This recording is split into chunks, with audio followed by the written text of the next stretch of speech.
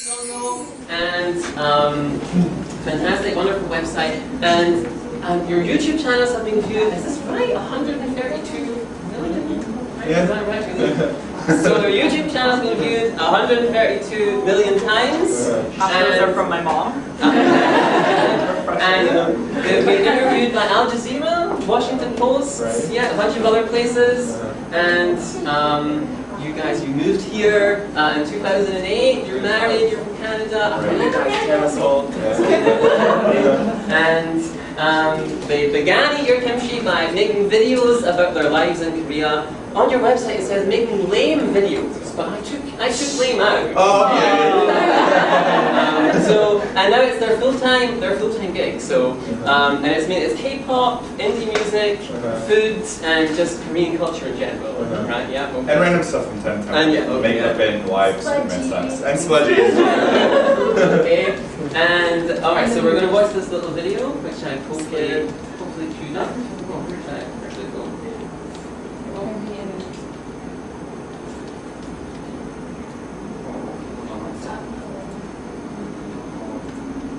Okay, right, here we go. It's halfway loaded. It's halfway loaded. Another half an hour and it should be 3/4 done.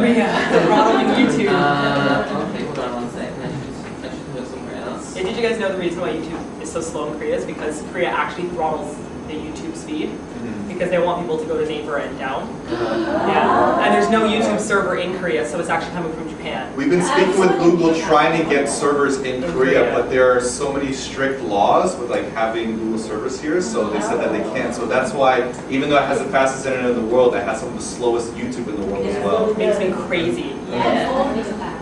It's like a 30-second video. One day it loads, the next day it takes like 2 hours. You're like, oh. Okay, so this will just take a couple minutes and then we'll get started on the questions. So enjoy the video and then we'll get.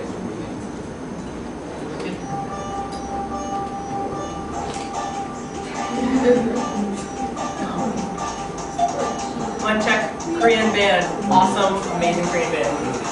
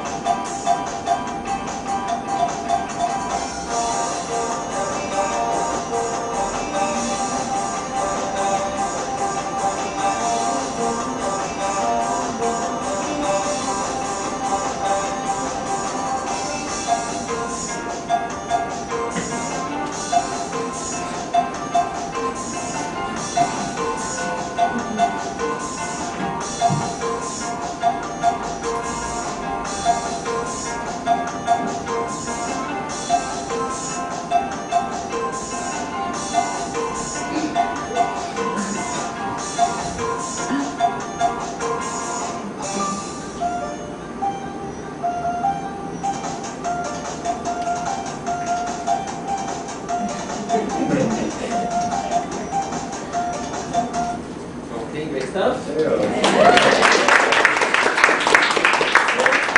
really there to watch it, like sitting beside it in a room, like.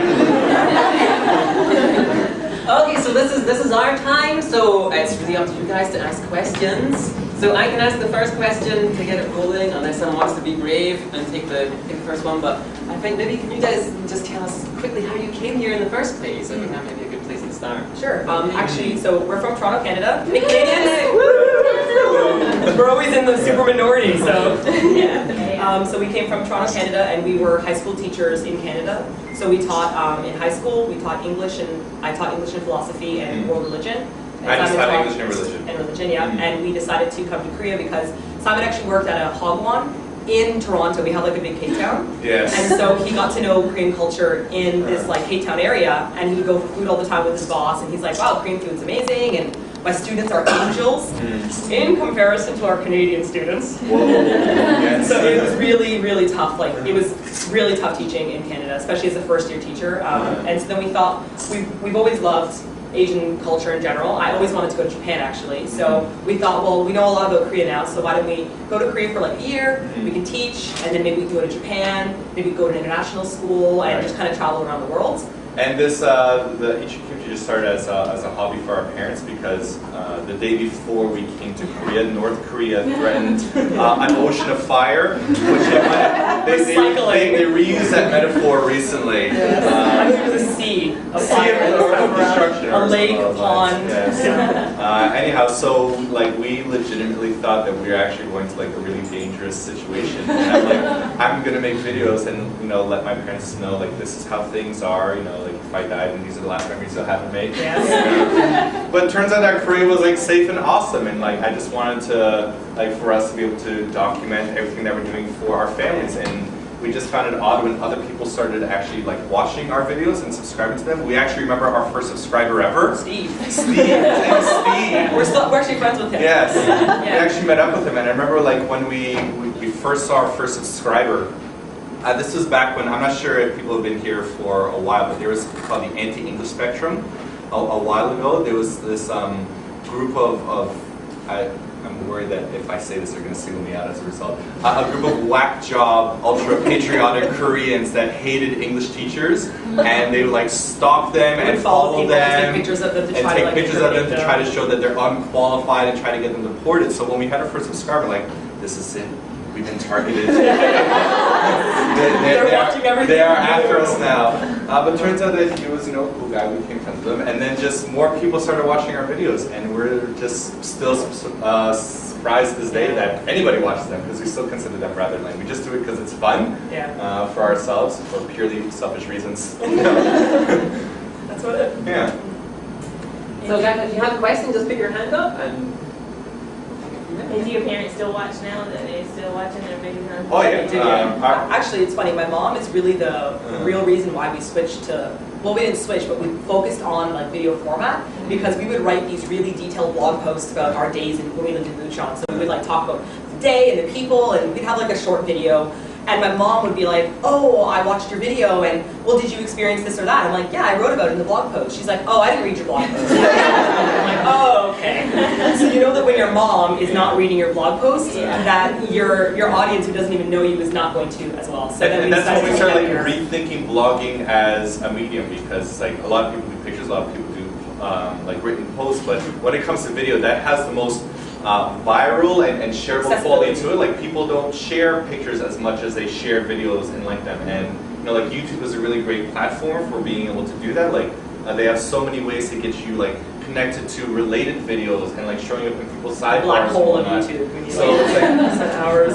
That was a much bigger, much better ecosystem for growing as a blogging platform than just say doing it yourself with like text or pictures. We also found that it was really helpful for. I mean, we didn't expect anyone who didn't even know us to watch the videos, so we found that video format helped people who spoke different languages to even watch our videos, and they were planning on moving to Korea as well. So even though they didn't speak English, they could at least watch the video and see something. So we started to get people from different countries being like, this video is really helpful. So if we had stuck to just a written format with just pictures, I think that would have been pretty isolating for people who don't necessarily speak English, or it would be harder for them to translate.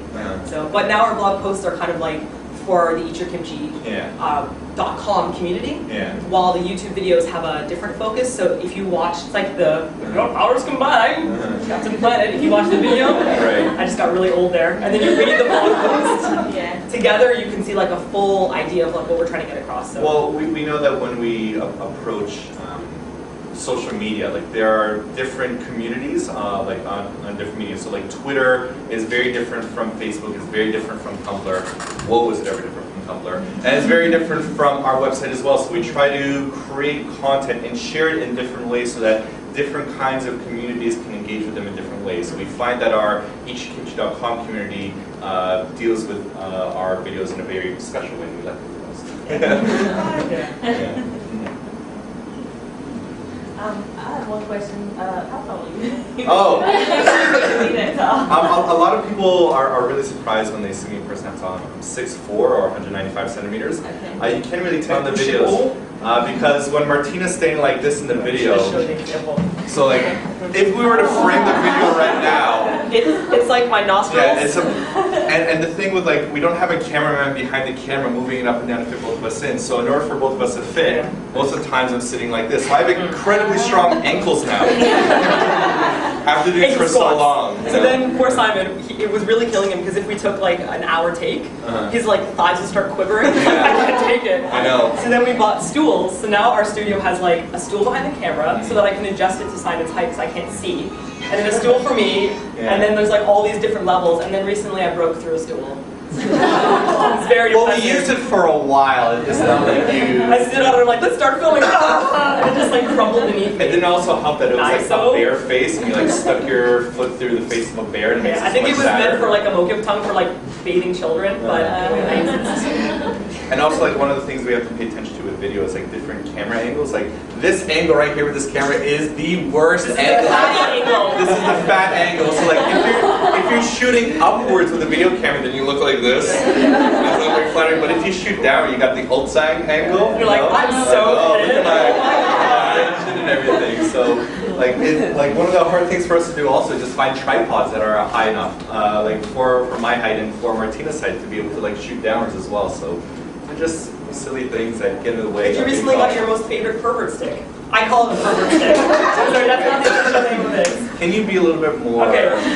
It's this like it's for any camera, small light camera like a GoPro or an iPhone, and you just hook it onto it, and then it's like extends like a pole. So then you can hold it, and what's amazing is when you walk and vlog, it's totally steady. Yeah. So we look totally steady, but so the world around it keeps you perfectly like centered while everything else around you moves, so you can walk with it and you can like document your travels a lot better. The problem is it draws a lot of attention. Exactly, Singapore. We got it in Singapore. So you're like walking through a mall and everyone's like looking at you because there's this like floating camera. Forget the idea of being incognito with this thing. It's like nobody walks around with a giant stick sticking out in front of them like that. The reason I call it a pervert stick is because it feels like you could just go over like a washroom stall and be like, or like under someone's skirt. So I'm like, I don't know about this thing. We're not trying to give you ideas. Simon Martinez does not condone perversion, material sticks. Just, okay. It's a shame it's not using it. Yes, go ahead. How do you choose your topic for the next videos? Well, we... Depends on the video. Because we have so many videos that we do like roughly 6 videos a week, sometimes we do 7 videos a week. What we found that's very successful with YouTube is having a scheduled programming. So people can know that every Monday, if you come Monday, you have this kind of program, or every Thursday you come, you have this kind of program. So what's really interesting about YouTube is that YouTube is very interested in getting their creators to make better content. So what they want to do is they have something called YouTube playbooks, and they do case studies of different successful channels, and they're like, okay, this is what this channel has done, this is how it's successful, maybe this is how you can incorporate. They don't give it like on an individual basis, like, Simon Martina, do this with your channel. It's just like a general like guideline, and one of the most important guidelines they suggest is that every major channel that's doing very well has content that's available regularly per week so that you can develop your audience that way. So I'm not sure that was the question. Anyhow, the whole point is that I'll answer it if he doesn't, so I'm just going to let it go. The idea is that we have different days that are defined for different things. So for Music Monday, for example, we talk about K-pop music videos. And we have, for that, we have a very convoluted system about how we do it. Okay, so we talk about one K-pop music video per week for our Music Monday segment. And the problem is when we first started doing these Music Mondays, we would just talk about whatever we wanted to talk about. And then people are like, you should do this video, you should do this video. And we're really amazed that people want to engage with our content and be like, do this video instead. So we get tons of emails. Yes. Like, email after email after email about what to review and what to do. We didn't know like where to start. So we wanted to tell people like, okay, if you are going to be so engaged with our content, that we want to give you content that you're asking for. But the only way that we can do this fairly is through like some kind of democratic process of voting. The K-pop charts. Yeah. So, but before the K-pop charts, people would just email us, and we would get like thousands of emails a week that we have to sort according to header. Like, okay, so this is the UKISS folder, this is this folder, and we would have to count the emails. So then I forgot we did that. I know, that was a freaking long time and ago. And at the end of the K-pop, we would do a thank you to who voted, and it would like scan the we did a scrolling list of everyone who emailed That us. was real people. We didn't make it up. Yeah. So what wound up happening is that we realized that that wasn't really an efficient way of getting things done. So we wound up hiring a developer to make our K-pop charts, which is essentially kind of like a voting system. If anybody uses Reddit or Dig or anything along those lines, you can upvote or downvote things. And for us, people pretty much submit K-pop music videos and they vote for it via thumbing it up or via social media, and we have this algorithm that calculates people's interactions as well as calculates the oldness of a video, because we don't want to review any old videos. So that's how we do our Monday segment. And that's just for one segment. We still have like 5 more to go. I'm taking over the rest. Okay, go for it. Okay. For our food programs, we just have a ginormous whiteboard, and like every time we go to a restaurant that we like, we only go to restaurants that we actually have been to. So, and we've actually never We been. only go to restaurants. You mean we only make videos? We only make videos, sorry. About We only go to restaurants we've go to, yes. Okay. We only make videos about restaurants that we've already visited. And we've actually never had, people seem to think that we're getting like paid by a restaurant. That's not the case. No. It'd be great, but that's not the case. Lovely, you know. No. But it's like if we go like to a hot dog restaurant that's like carved out of a garage in Mahogany Street. They don't have the budget for advertising. We're just like, these are delicious hot dogs, let's make a video for it. Yeah. And then afterwards they're like, oh, we saw your video on us somehow. I don't know how, because you know you don't speak English, but you saw my video somehow, and you give me free hot dog. I'm like, that's awesome! Great success! Yeah. So we do videos on restaurants we've been to. Yeah. If we like them, we go to them. If we didn't like the restaurant, we try not to make a video on it, because there's no point in that. Although we've done it once, which was with toast. We did a Korean toast video about dessert toast, and we went to a terrible restaurant, which we didn't mention the name of, but it was awful. When it comes to our TLDRs, we try to choose questions that people have asked, and we look for the... Our TLDRs is a segment we do every Wednesday in which people ask questions about Korea and Korean culture, or just questions about us and ourselves. So we try to balance between like Korea questions and us questions. You know? And when it comes to our wanks, wonderful adventure now, Korea, not to be mistaken for something different. Yes. Mountain in Germany, it just hits me at like 4 a.m. I'll be sleeping and I'm like, we have to do this video on this way. And then I like write things down in little notebooks. Well, no. You don't write anything down. I have you the whiteboard. wake me up. Oh, sorry. Hey, we should really do this idea, and we should go here. I'm like, that's great. Can we go to sleep? You're like, but what we should do is we should do this, and we should do this. And I'm like, I can really engage in this conversation right now because I was having a dream about flying through the sky right now. So we keep a big whiteboard, and that was the key, is that I used to just think of ideas and then forget them. So now I write everything down so that I can remember, and then it comes down to like weather. So monsoon season sucks because you have all these ideas, and then you open up the curtain in the morning, you're like, let's go nowhere today. Yes. I'm not going to destroy my gear in order to film a video. In a nutshell, some of our videos are done via viewer interaction, like what people vote themselves, and then some of them are just like random brain fart inspiration things. Another thing is that the cool thing about the job that we have is that we are our own bosses. We've registered as a business here in Korea. Official business. Yeah. It only costs $100,000. Visa regulations really suck for foreigners here. But the point is that because we're our own bosses and we are like supported by the Korean government or by any other company, we choose the content ourselves. We don't have to make fake content about like, you should wear a hanbok and go to the Gyeongbokgung Palace. We still have to do. We've never done that. We've been here for 5 years. I've still never been there. You know, I don't have an urge to go to. And it's not that there's something wrong with those places. It's just that Korea tourism has really beaten it to death. And it's just like we both feel that Korea has so many more cool things to offer than just like traditional stuff. Like modern Korea is really, really cool, so we really want to share that instead. You know? We feel like Japan gets the rap of being like this quirky, cool place to go to. And then when you ask your friends about Korea, they're like, you mean North Korea? And you're like, okay, so that's all you know about Korea. And we want to show that Korea is quirky and cool as well, you know, without the tentacle porn. So. Do you have some topics that you can? Topics that we can't talk about? Well, there's nothing that we can't talk about. They're just things that we don't want to talk about because it's like we also have to factor in what we think would be a successful video that people will watch and people will engage with. And it's like, there are things that really piss us off sometimes. It's like, a lot of people don't know, well, like I mentioned in some interviews since then, but when I was a teacher, I didn't have a very positive experience with my school.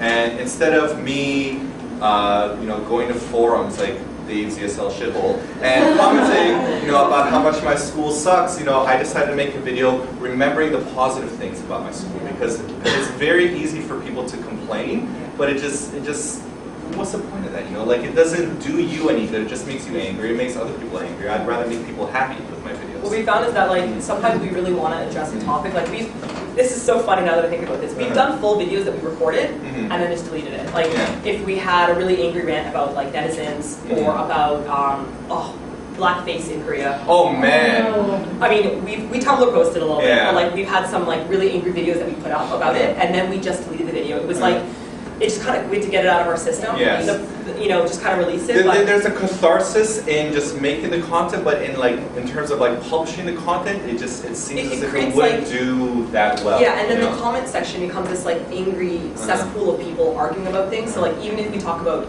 K-pop things, we have pretty strong opinions on bands that we like and don't like.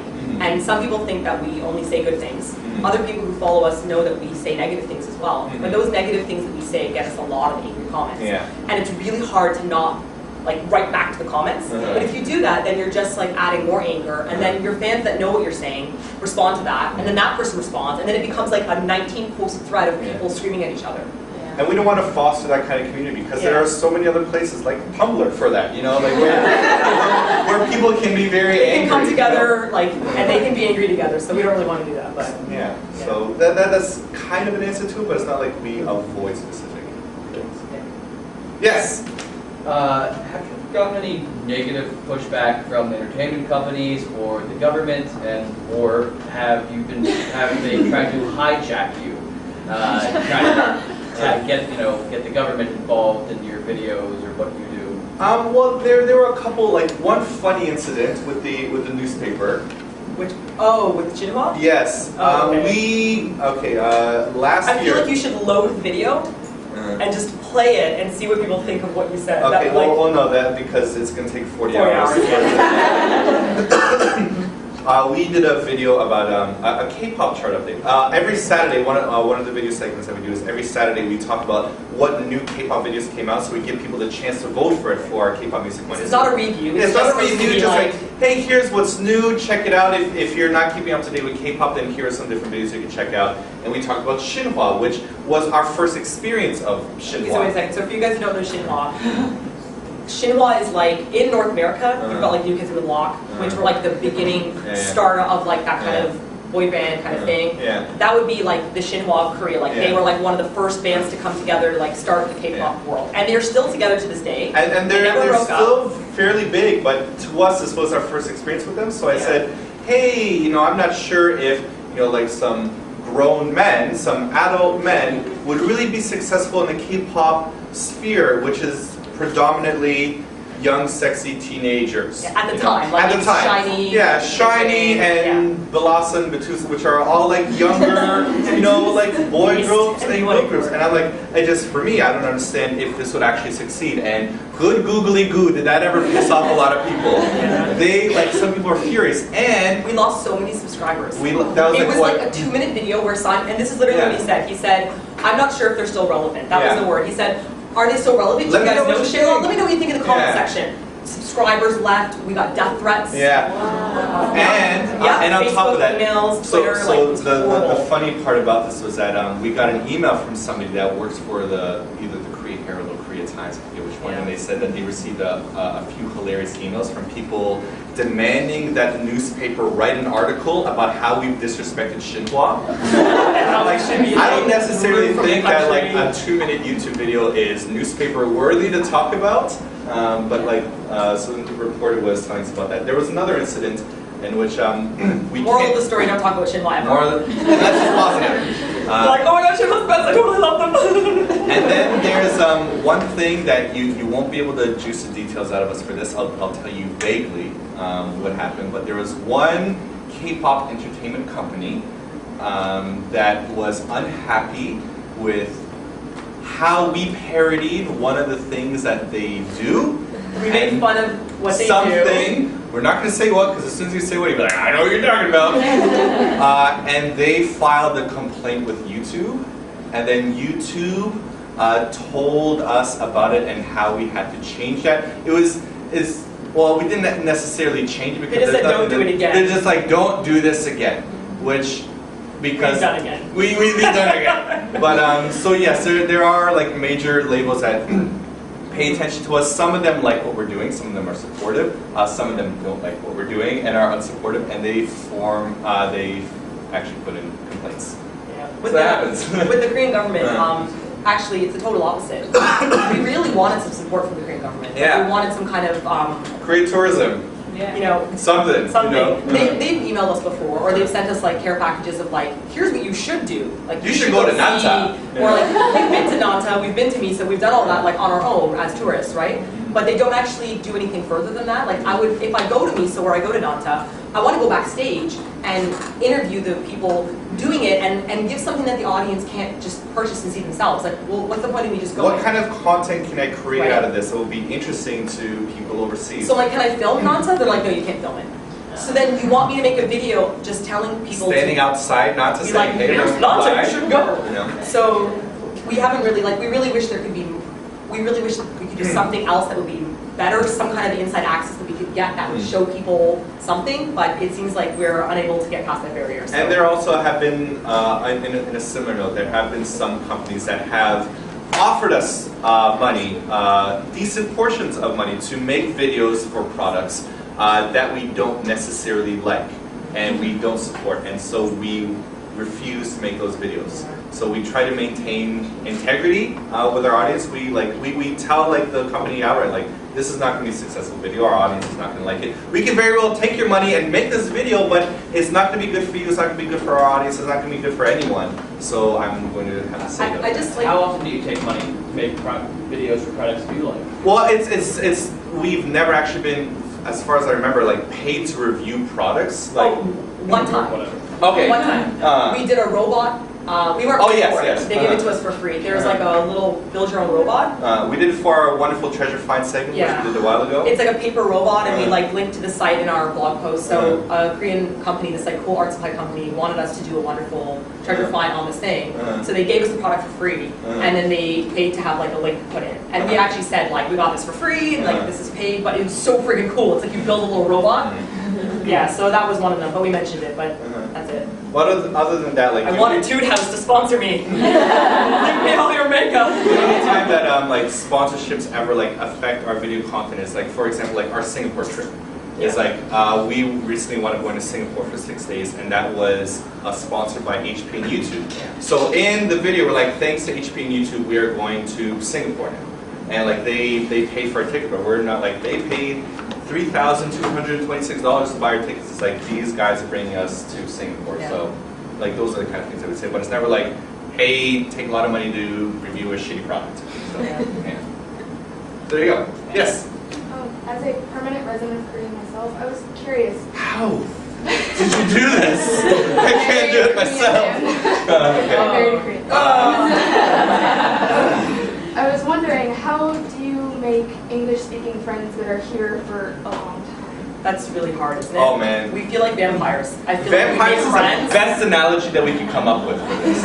It's like, you can do this. Yeah, I just feel like, you know, you're alive in this world, you make friends, and your friends just leave. Like they die, and you're like, I am a lone vampire alive. Except like vampires usually watch their friends die over the span of 90 years. We watch them die over the span of like 1 and 2. And it's like people come and people go. So it's very like we've made friends in Korea which are now in different parts of the world. So it's like we're about to do like a world tour over the next couple of months, and we are going to be able to see some of our friends in these different countries that have left us. I don't know, like in Korea, it's really tough as well because you have this cycle of people who, you know, you come in, you're new, so everything is like confusing and exciting, and then you meet people who have been here for a long time who don't understand you when you're new, and then some people who do understand you and like try to connect to you, and then you become the person who's been here for 6 months or a year, and then the new person comes in, and then they make the mistakes that you made, and you're like, oh, you don't want to say that to your school, or like, no, you don't want to do that, and then there's that awkward cycle where you've learned more more information, and then you go through a stage where you feel sad. I mean, I don't know about you guys, but like we went through phases where we're really sad about being in Korea, like, you know, like I don't like it here, and then you're like, oh, what am I thinking? It's awesome. Like you kind of go through those waves. We're over the down dip now. Now we're just like in the, oh, Korea. But it's hard to meet people because then you have a different level of understanding Korea, and you don't want to seem like a huge dick who's like talking down to people, like, you know, well, this is what you should do.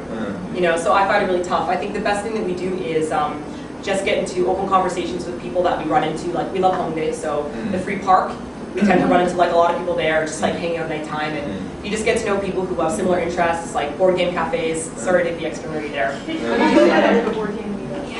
So we love playing board games, so like we find people with similar interests, even if they leave Korea, then you might meet other people that have similar interests.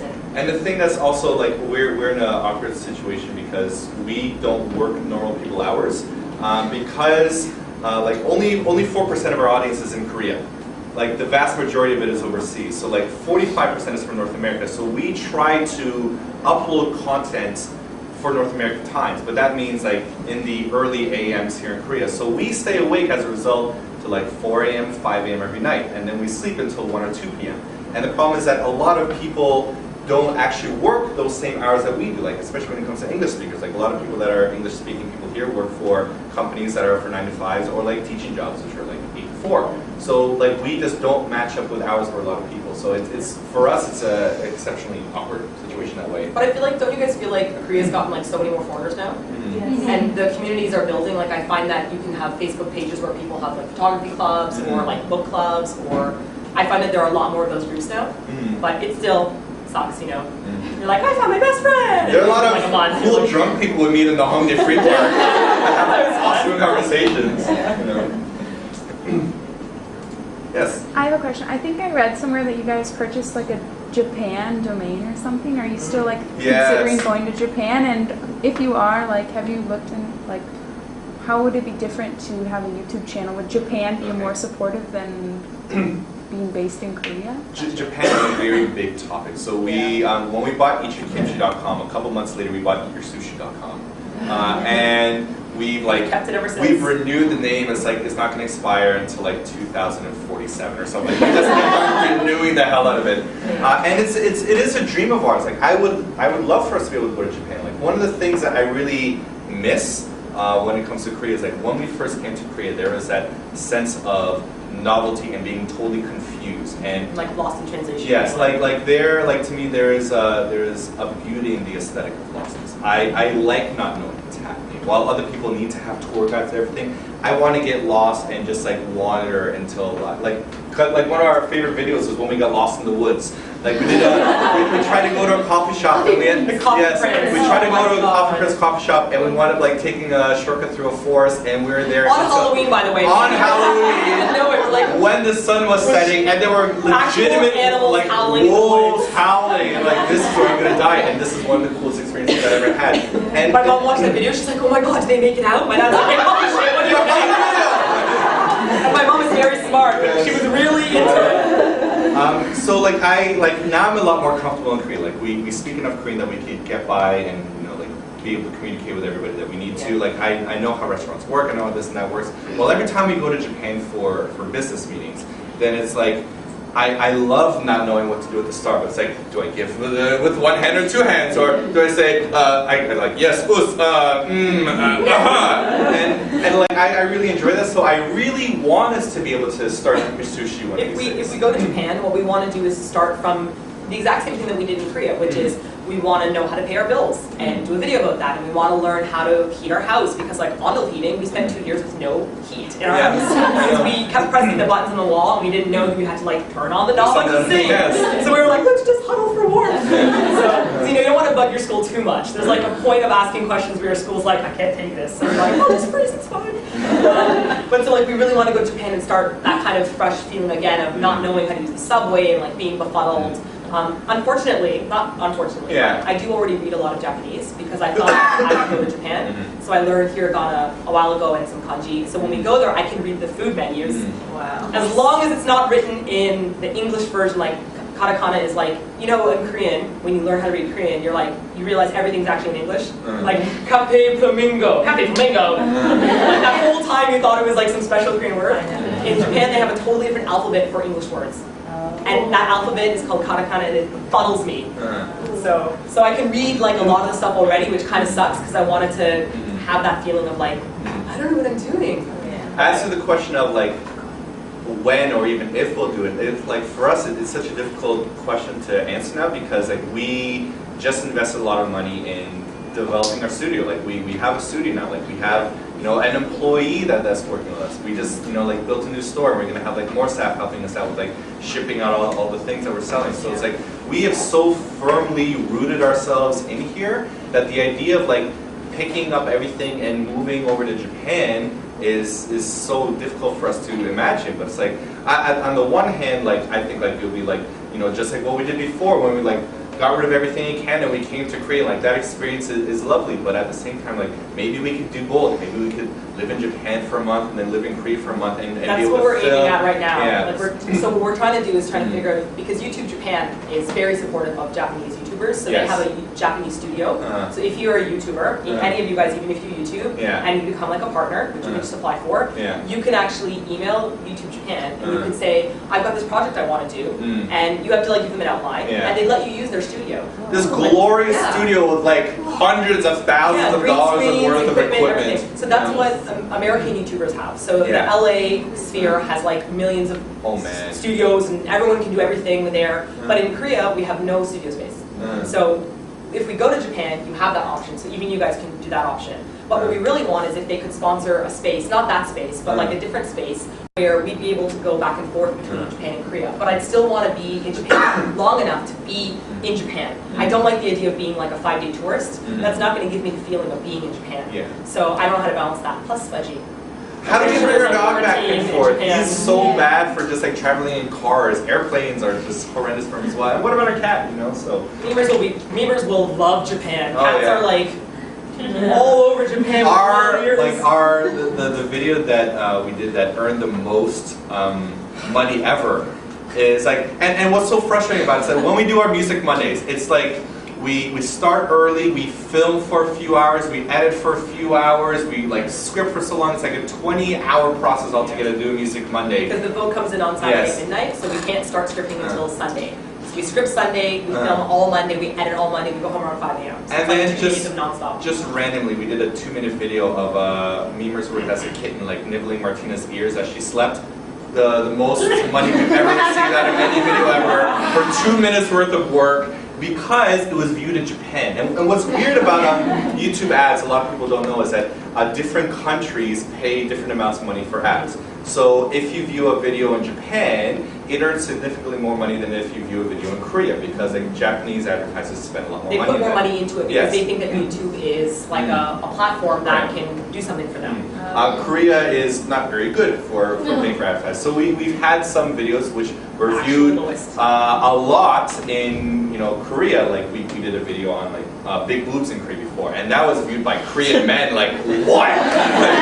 like we saw the demographic. Korean men love that video, but it was actually just about girls and big boobs. Like what do you pack for coming to Canada, like to Korea? So and that's like one of our lowest earning videos ever, even though it's got like over 700,000 views compared to our other videos. It's just because like different countries pay differently. So like going to Japan will be a good business decision as well because like you earn more just by being Japanese. But Korea, that's the thing, we love it here, like, we're not doing this solely just to, like, get rich, like, we're doing this because we're passionate about this, like, it's the main reason why we started our studios, like, we were doing everything on our own, and all the revenue was coming in for us, but then we realized that, what if we could, give jobs to other people? So like we have a staff now that we pay a salary, and we actually pay them better than we pay ourselves. So we got a lot of emails from people that wanted to like work in that field, and it's really hard to get a job in Korea that's outside of teaching. There's very like specific fields you can get, and the visas are very short. And then when we got those kind of emails, we're like, we could really expand eatyourkimchi family, which is why now we have eatyourkimchi crew. And our intern Lee, we're trying to desperately hire, but she's still a student, so the school just has to say, yes, you can have a part-time job. And her school said, no, you can't. So we're trying desperately, but yeah. So that was a very long answer. What was the question about? Sorry. Japan. Japan kittens. Kittens, it all came around full circle. have a question. Yes. Do you find that you're recognized a lot when you go out by Koreans as well as foreigners, or what is this? Foreigners recognize us more than Korean people do, but it's starting to get like more and more Korean people are starting to see us as well and recognize us, so it's cool. And they speak to us in Korean as well. They're like, we get a chance to practice our Korean. We're like, yes. YouTube videos, 가서요, like, oh, Jumbo. We talk to them. So, but it's mostly foreigners that recognize us. I know we're in talks to do a Korean TV show soon. So maybe, we're not sure. We have to do the final negotiation process. But like the whole Korean TV experience is very bizarre and very different than how we do our video experience. So a lot of people ask us, like, now that you've done YouTube, would you want to have a TV show? But I actually would not want to have a TV show because TV production is so long and tedious and like chaotic and scripted at the same time. Yeah. Like, it's just, when you do YouTube, you can really just do like, you can just be free and say what you want and do what you want and just like edit out certain bits and be like tossing it in bonus footage for But this stuff. This is a cool show that we might be able to do it. So maybe then we'll be viewed more by Korean people. Would it be like a reality show? Yes. Yes. Okay. Possibly food related. Possibly. Because we like to eat. Okay. So that's all we need to say. That's all you need to say. It's possibly food related, yes. Okay, well, can I piggyback on that? Ask it now that you brought up food. What do you do? I've been in Korea for 10 months. Yes. And I gained about 10 pounds. Right. So what do you do when you go out to restaurants? Because I love Korean food, but it's rice and like... The rice portion control is like our biggest thing. Just so, not a drop of rice in bowl for us. I mean, we originally just started by cutting it down. So like if we got that bowl, we would get one bowl between the two of us. And when they bring out 2 bowls, we would just say like, oh, 괜찮아요. And she'd be like, 괜찮아요, and then we would just like chop it in half and split it. And then slowly we would split that in half. And eventually we just stopped with the rice altogether. We're just trying to eat rice a little bit. Like from time to time, occasionally, but like all rice and noodles, we pretty much stay away from now. And like that's really helped us. Like because I gained a lot of weight. I wound up gaining like 40 pounds or so. Yeah. So I wound up losing those 40 pounds again. So I'm down to like a decent weight now. I was at like 171, I think, and now I'm at 146. Yeah, you look great when you walk in. I said, oh, thank you. I really. I'm at the gym as well. The weights. Yeah. So really cutting out noodles and rice it was very, very difficult when it comes to Korean restaurants, but it's the most effective result that we had. And Paris baguette bread, I just chop that out because it's like all sugar, but some of it's actually good, and then. It's great if you want to make a peanut butter and jam sandwich because it's like cake. It's so sweet. Yeah. But, I used to go to like Paris baguette or Toulouse every day on the way to work when I was teaching because it's like right nearby. Or I would get like the jumokbap, the like kimchi jumokbap, huge rice balls, are like this big. And I'm like and then for a snack I'd have like toast. So I just ate like bread, rice, carbs, and then for lunch at my school I would just eat so much rice, and my school would always be like, you should eat more rice, like if you're hungry, or if I tried to cut down on rice, they're like, why aren't you eating your rice? It's good for you. So it was really tough to do that, but that was my like... We tried something recently, it's starting to work for us. There are these rooms that people go to that they're called gyms. There you go, gyms. You like lift these things? Yeah, so you lift and push things, and you feel pain afterwards. And you're hitting stairs. You're like, I'll just not go there anymore. So we found that's helping. Are they located like all over? Are they easy to find and stuff? I'm just kidding. Yeah, exactly. In the summertime, I don't know if you guys experience this. Do you guys go to gyms? What's up with Korean gyms not turning on the air conditioning? We're like, can anyone tell me this? It's like the summer. It's sweaty. It smells like stinky man woman. Yes. You go in there, and there's like a fan blowing in the corner. And there's like, and your fan is blowing on the assistant that's sitting at the desk, and it's blowing on them right there. I have asthma, so like when I go to a gym, if it's that humid, and our gym is just all glass, so it actually just like it's like a green box, greenhouse, Green box. Greenhouse. My English is dying. Yes. Yes. Oh yes. Because you guys are very fashionable, and I also support you. Yeah, and then where did you usually get clothes, or like do you sponsor by other companies or? Okay. I'm gonna answer for the girl side first. Okay, go for it. Yeah. I really love. There's a place called Valley Girl, and it's one of the few places in Korea that has like medium, large sizes for girls. because a lot of stuff is free size, and free size doesn't fit Simon or me. I'm like, what does free size mean? You mean small person who's totally fit in model size, like, you know. So Simon does a lot of shopping now. You have to do like H&M. H&M I find has my size. And Uniqlo. Uniqlo has like a bunch of different sizes, but I don't know if you guys know Etsy. It's etsy.com. It's kind of like this, it's really cool. It's like an artist website where people can make their own clothing or make their own jewelry. Whatever you can think of, they make it. They make like woodwork pipes, whatever you need, they have it, okay? And they deliver all over the world. And so they'll make you clothing personally, or you can just get something in your size. And so a lot of like my vintagey clothing or accessories and stuff, I'll order from Etsy, and they ship to Korea within like 2 weeks or so. So I love that.